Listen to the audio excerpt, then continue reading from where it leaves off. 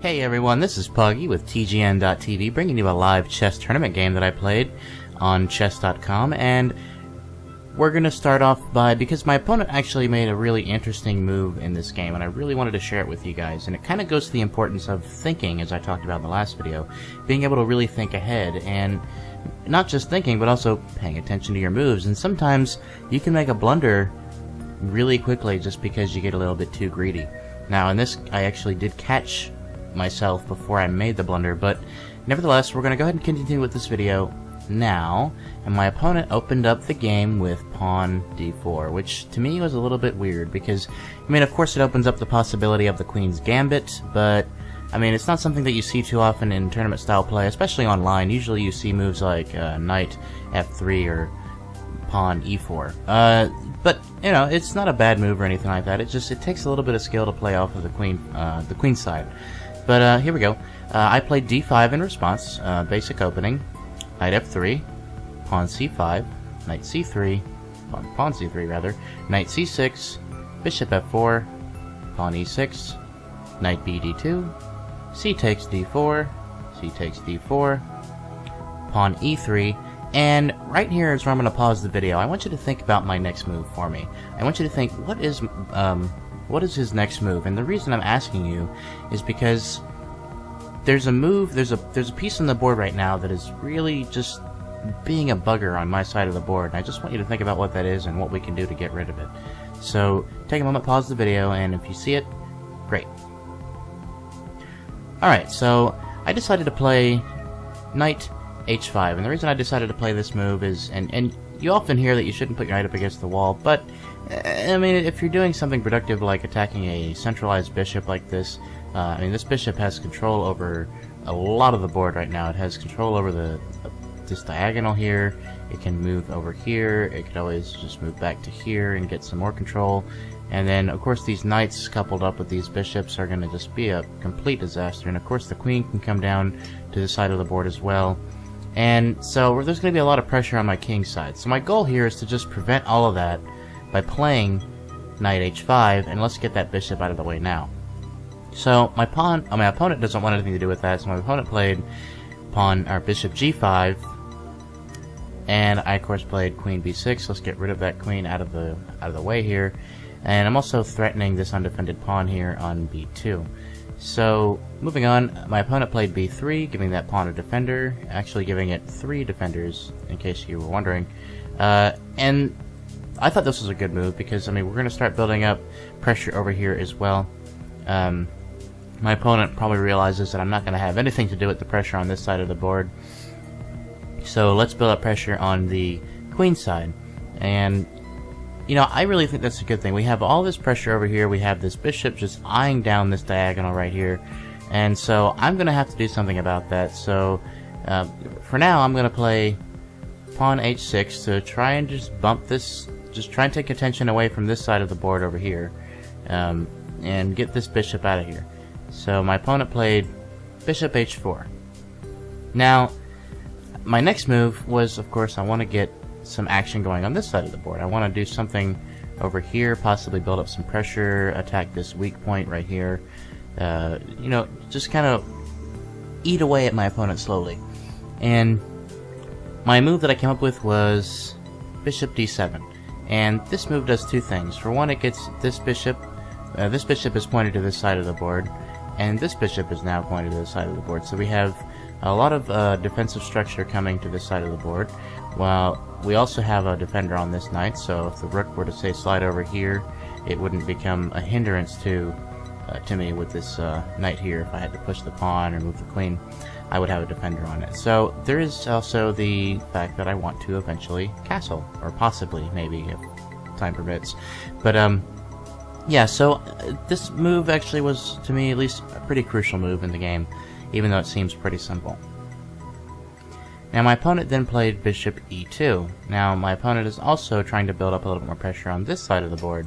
So my opponent really has some good piece activity right now. My opponent has the ability to move over here very quickly, has all this pressure right here. We have this queen over here, which can of course activate on this side of the board as well, and of course, like I said, we have this rook right here, which can easily just slide over and take control over this side of the board. And we have this active knight right here, which can come over to any of these potential squares. So there's a lot of open space here for the white pieces, but there's also a lot of defensive position as well. And so it's going to be a very interesting game from here on out. Let's see what happens. I then played pawn g5. And pawn g5 was, of course, to force the bishop back here. And that's actually what I expected my opponent to play. But he didn't. My opponent actually played knight d5, or knight to g5. And this kind of threw me off. And at first I saw this move, I thought, I'm going to win a free piece. And that's true. I can take the knight outright. But the thing is that I have to be careful about my next move, because after the bishop takes, you might be tempted to do something like this to threaten the bishop. However, you don't want to do that, because there's actually this piece right here, which is going to crash down into here, and you can't really take it with your rook unless you want to lose a rook as well. So basically, my opponent is opening up my king side, and that was kind of the whole point of that move, I believe. And I wouldn't say it was a bad move, but it was kind of a tricky move, because it kind of depended on me to make a mistake and not notice that my knight was under attack. But I did notice, so I moved back. And I think this might have upset my opponent a little bit. I don't think my opponent was expecting that. But moving on, my opponent castled. I then played knight f5 to reposition my knight towards the center of the board to get it some activity towards the center of the board, and possibly be able to come over here and get some more activity on this side of the board as well.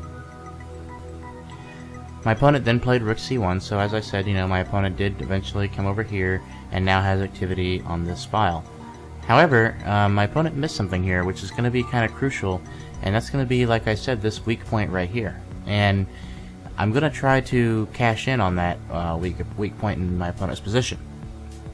So I played bishop a3 to try to get my pieces over on this side of the board, get them active, and also threatening the rook on c1. Opponent played rook c2, which again is actually missing another really crucial move in the position. So pause the video now and see if you can see the move that I made, and I will just go ahead and show you now. It is knight to b4, and this is actually threatening the rook as well as threatening threatening the pawn on a2, so it's starting to capture that pawn. Now, my opponent missed this move apparently, and has now been forced to do even more jumping around with his rook, and now has gone to rook to c5. Now, I could have just taken that pawn outright. I could have, but I opted to go rook g8, and I just want to go ahead and threaten the undefended bishop here, and for now, just to try to get that bishop out of here still, because that bishop is still a major threat to this side of the board. To this side of the board. So it was kind of an important thing to try to, monetize as much as I can off my opponent, get my opponent running scared, get things kind of going and interesting in this game. So my opponent played bishop f4. Once again, we're in this crazy position where I don't have a lot of control over my own side of the board, as my opponent is kind of eyeing up all these squares, and it just gets really frustrating. So I then played knight a6, threatening the rook again on c5. My opponent moved back to rook c2. I then moved back to get rid of this bishop. I'm like, you know what, I've had it with you, bishop, you're out of here. So my opponent does in fact take the bishop on d6, and I take back with the knight. So now I have a lot of control over this side of the board. I have this deadly rook facing opposite the king. I have all this potential to move in here with my knight.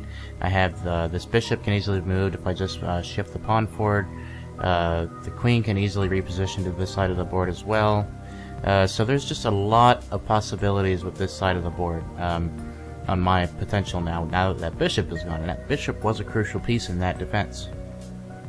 So my opponent then played knight f3 to get some defenders over on this side of the board, kind of defending these squares from any queen activity, for example, and also eyeing up a possibility for knight going to e5, threatening my bishop, and a lot of other potential possibilities, but for the most part just currently playing off as a defender.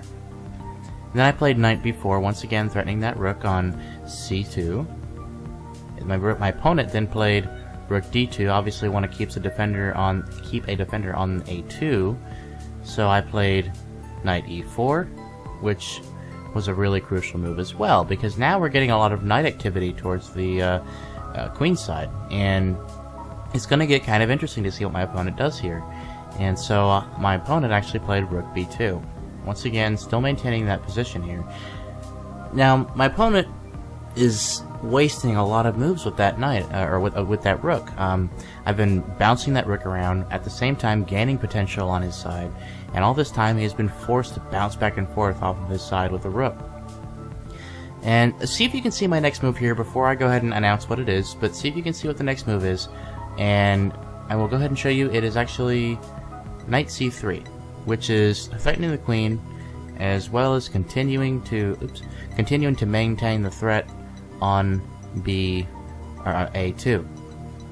So my opponent responds with d2, which because now there's 2 attackers on this, now there's also 2 defenders as well. So my opponent made a good move there, I thought. And you see things are getting really tight. I played knight e2 check, queen takes e2, bishop b5. Now, this is where my opponent blundered. However, my opponent was pretty much at a lost position here after this move.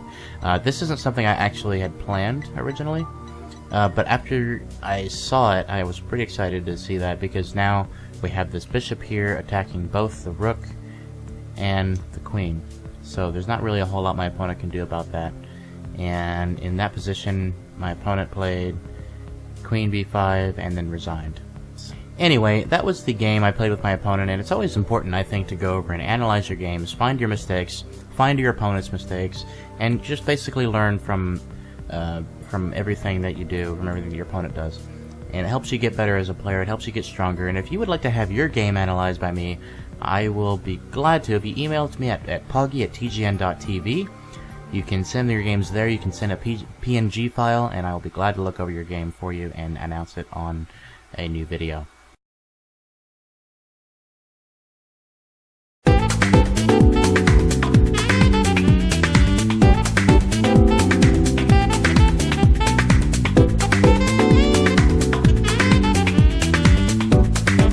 Anyway, thanks guys, this has been Poggy with TGN.TV. I hope you enjoyed this video, and if you did, like, comment, and subscribe. Thanks.